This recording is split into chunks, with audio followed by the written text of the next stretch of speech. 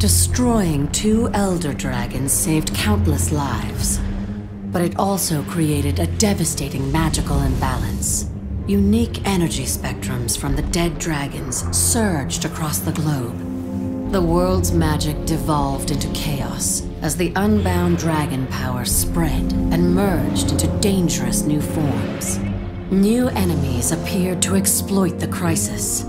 Worst of these was one of the long-absent human deities, Balthazar, god of fire and war. Balthazar disguised himself to muster an army and absorb magic to regain his lost power. His first target was a bloodstone. Then he targeted the remaining elder dragons to harvest their energy, knowing full well the impact this would have on Tyria. Yet amid the chaos of unbound magic, a new ally also rose. A different kind of dragon was born. Aurene chose you as her champion. You set about preparing her to someday face the elder dragons together and restore balance to the world. But will she even get the chance? It seems Balthazar no longer cares about the world, or even those who once worshipped him. He claims to have been betrayed. Whatever his reasons, he must be stopped. Centuries ago, heroes rallied to the Crystal Desert to stand against a renegade god. Will you too now answer that call?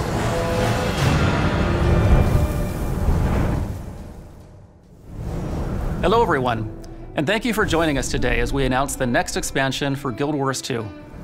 Those of you who've been following us this past year know that we've been all about delivering a steady stream of quality new content. We shipped a full season of Living World, 6 episodes with 6 new open world zones, plus new fractals and raids, PvP and World vs. World updates, legendary weapons and armor, and more. Well, we're not letting up the pace. We've designed the next expansion to slot in seamlessly, starting right from where we left off in last week's season finale, and leading right to the premiere of Season 4, all with no breaks in content delivery. So today, as we announce the new expansion, keep in mind that this also kicks off another season of live content. Another cool thing about Guild Wars 2 expansions is that they're easy to get into. They don't invalidate existing rewards, they don't invalidate existing content. New players can join the game and enjoy the same content as everyone else. That's a big deal.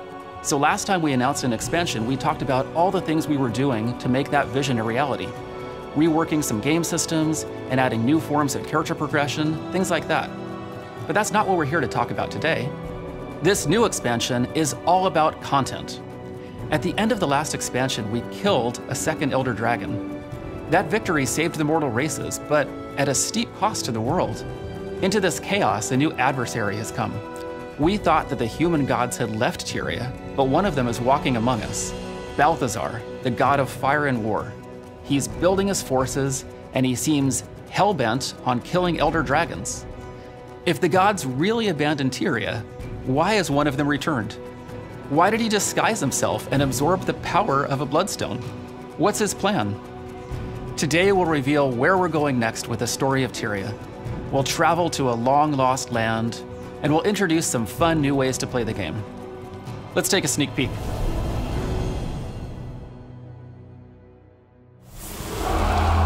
Commander, there's something I have to tell you. I went into the mists after my sword, but I found something else.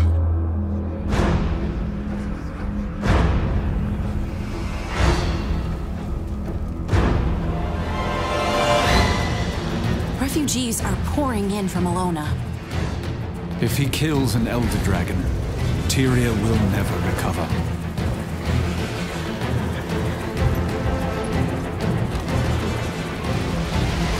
They cannot stand in the glory of Balthazar's light.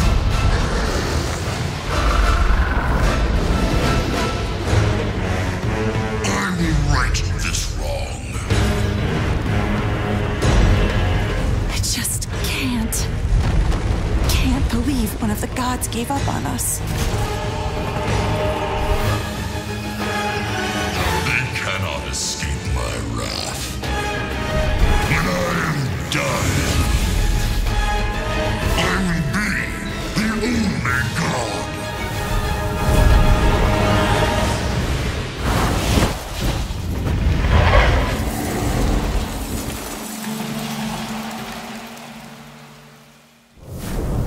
The next expansion for Guild Wars 2, Path of Fire.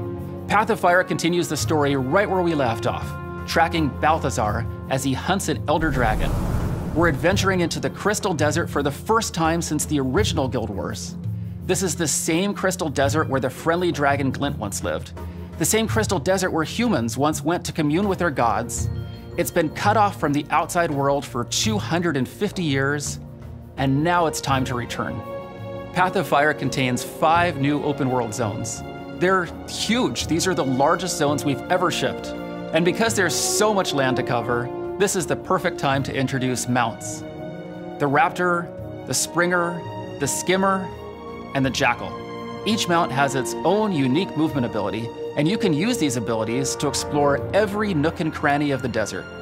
We're also introducing 9 new elite specializations that will evolve your profession with all new tactics and combat abilities to master. These are the core features of Path of Fire.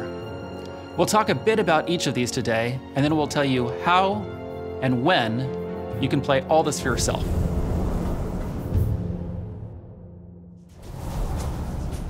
In Path of Fire, we're returning back to the Crystal Desert and to Northern Ilona. We wanted to go back to a place that means a lot to players and has history for the franchise, but we wanted to look at something that is now fresh.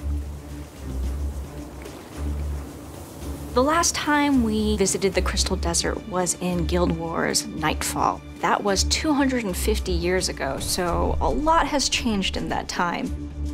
There are iconic locations and landmarks that will be very recognizable for players who are familiar with the Guild Wars franchise, but at the same time, we're building the lore and the story in such a way that if you weren't there for the beginning, it's absolutely fine. We're going to help bring you along for this ride. There's a crisis going on in Ilona, in an area that we have not been back to in 250 years. Path of Fire starts with reports that Balthazar has been wreaking havoc in the desert. Balthazar is the human god of war and fire. Last we had heard that the gods had kind of stepped away from Tyria. Human players have been worshiping him since Guild Wars 1. But then he shows up and he's not benevolent, right? He has his own goals and he clearly doesn't care about who gets harmed in the way. Everyone in Ilona has the exact same questions. Why are the gods walking amongst us? Does this mean the gods are coming back? We don't know what he hopes to achieve at this point, and that's what you and everyone in the region is trying to figure out. Palawa Joko has risen into power. He has brought with him an army of undead, and he has totally warped the culture that is there. The civilians believe that he is their rightful ruler. He is their rightful king. How is this region dealing with these crises? What different powers are taking advantage of the scenario? How are they trying to solve it? And how can you as the player try to help? It's already this volatile mix of different forces in the region. One of the first factions you're going to encounter are the Forged, Balthazar's army. Living armor created only to serve Balthazar. They're ruthless, and they're just dedicated to achieving his goals. Another faction that you're going to be seeing is the Awakened, the army of the ruler of the land, Palawa Joko. Undead forces, they still have some remnants of memories. They're sentient, but they will do anything for their master. You've also got Kralkatork and the Branded. Mindless elemental stripped of their original self by Kralkatork's power. And of course, the player is being asked to, come do the hero thing. So the player needs to form a new coalition here in the desert. Path of Fire has a great combination of old friends and new, who all have very different perspectives on Balthazar. You've got your warriors like Ritlock, and you've got Casimir, and these people all get together to help the commander, the player. Path of Fire is going to bring 5 whole new maps to the game. 5 maps that are bigger than any map we've done before. We'll see things that have shifted the landscape and see things in a very unique way. So when people talk about deserts, they think sand, flat stretches, but that's not actually true, right? It's not just, one massive desert that we're exploring, it's all these different biomes coming together. The maps go tall, the maps go wide, the maps go under and around in places. We've really decided to bring exploration and discovery back to the forefront of Guild Wars 2. There's elements that make each map unique, but we've also got elements that kind of tie all the maps together. We're gonna have bounties now that players can hunt dangerous creatures that have been threatening the people of Ilona, world events, bosses. With the mounts, of course, we're gonna have races, content both old and new to get players engaged. In Path of Fire, we really wanted to get back to the roots of what made Guild Wars 2 unique and fantastic. People who are playing through the main story will really enjoy both the depth and the breadth of experiences they are able to have. The interesting characters who, if they go just a little bit further, they'll run into. Massive maps that are fully explorable, freedom that we haven't necessarily seen as in-depth as when we launched with the original Guild Wars 2. There's some really cool surprises we're building in. I want them to find this world as exciting and interesting and complex as anything we've ever created. And I want them to feel like they have a place in it too.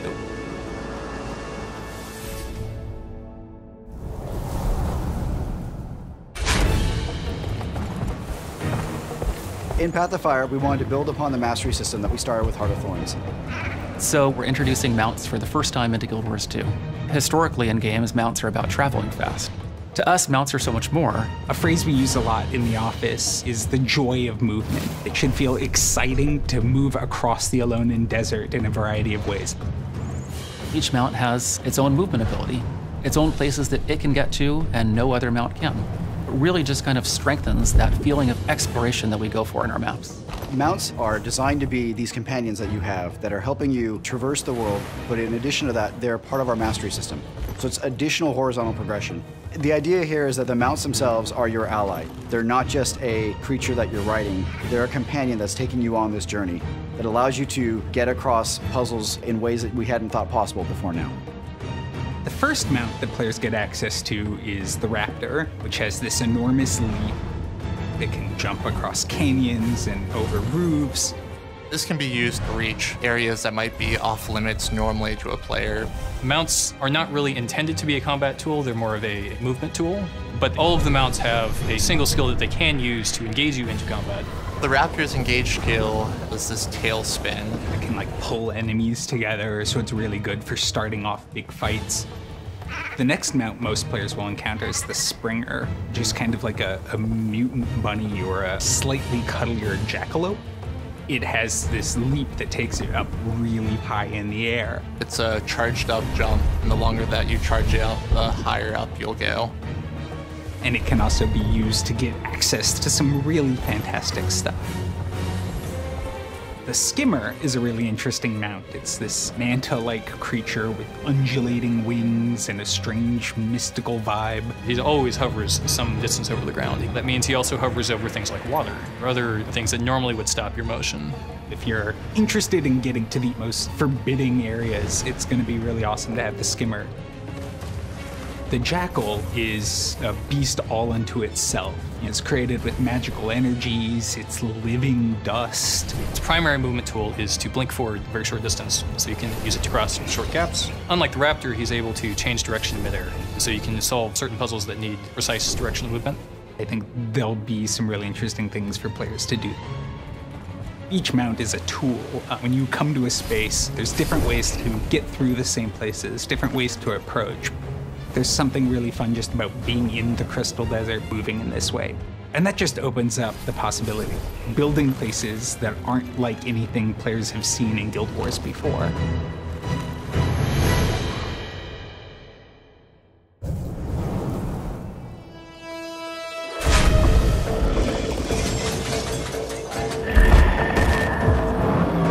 With Path of Fire, we're offering 9 new elite specializations, 1 for each of the classes. And the idea behind the specialization, it's another way to customize your playstyle. In a lot of ways, that gets back to what Guild Wars has been about from the beginning. Character progression doesn't just mean getting better, getting more powerful.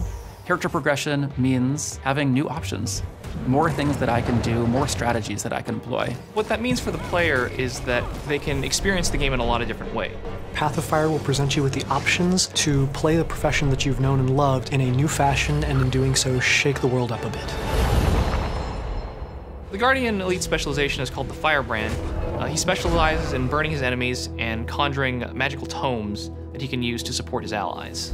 They're the book nerd gone mad. They've got access to all these secret histories and these tomes that give them access to new skills really quickly. It's going to be giving up instant support for allies in favor of casted support. The benefits of Guardians taking the Firebrand are that you're going to have a lot more focused support available to you. The weapon that they're wielding is the axe, a very offensive, up-close and personal means of eradicating the enemy. You've been entrusted with these secrets, and you have to protect them with your life.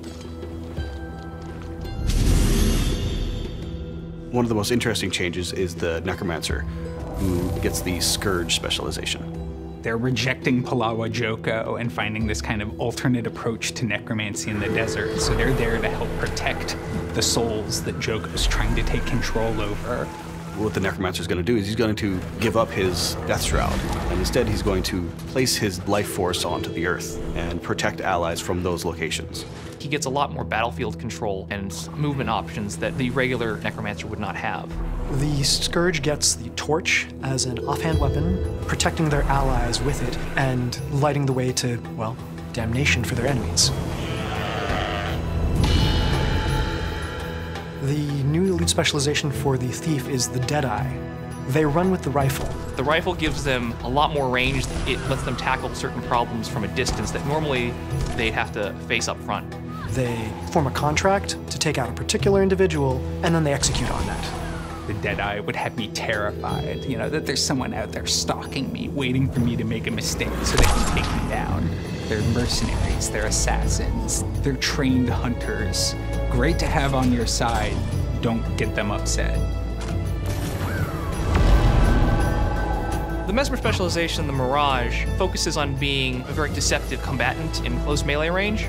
They blend into basically whatever their surroundings are, camouflaging themselves so that you can't see them, and while they're doing this, they can strike at you from multiple directions. The other interesting thing about the Mirage is that it has a different dodge mechanic. They have a blur effect that allows attacks to pass through them rather than them moving out of the way of the attack.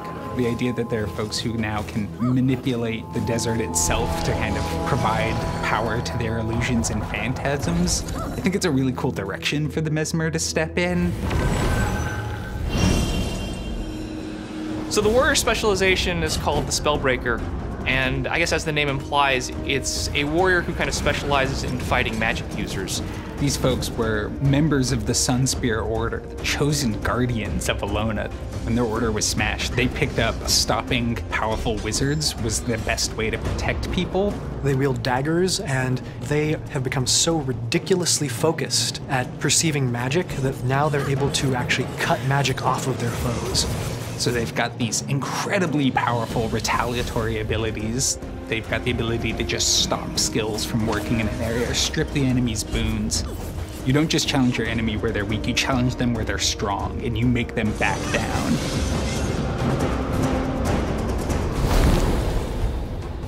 The Weaver is an elementalist who has decided that they are going to specialize in the desert in wielding multiple attunements at once. Elementalists normally cycle through their magic one after the other, but the Weaver is combining them and creating these new elements out of the two, this kind of hybrid magic. The Weaver can have 2 fire skills, 2 water skills, and then a 5th skill that is a fire and water skill simultaneously. The weapon that they're going to be wielding is one that elementalists have long requested, the sword. So they will be picking up the access to imbue their blades with sabers of lightning, earthen hilts. Playing a Weaver has this really interesting rhythm to it that is really cool. You can really surprise your opponents, catch people off guard, and keep a sense of flexibility. Your enemy doesn't know what you're about to do, and I think there's something really cool there. The Soul Beast is our ranger specialization that allows rangers to combine their spirits with their pet. They become their bear, they become their devourer. They take on the essence of these animals and tear through opponents. They also gain access to the dagger as a main hand weapon. Now they can kind of, slice and dice with both components, crossing into close range, as well as crippling from a distance. It works really well with some of the new pets that we're adding for rangers in Ilona. The Renegade is the elite specialization for the Revenant. This is a new legend that they get to channel, and the legend is of Kala's Scorchrazor, this renegade char. and she kind of bestows on the player her rebellious spirit that she used to overthrow the Flame Legion. And what this kind of manifests as is the ability to ambush opponents. You can summon members of her Char warband to bolster your allies, or you can fire arrows into a portal into the mist that come out of a different portal behind the enemy. What's really exciting about the Renegade is the idea that standing up to powerful, intimidating foes because you know what's right and you know you'll win in the end.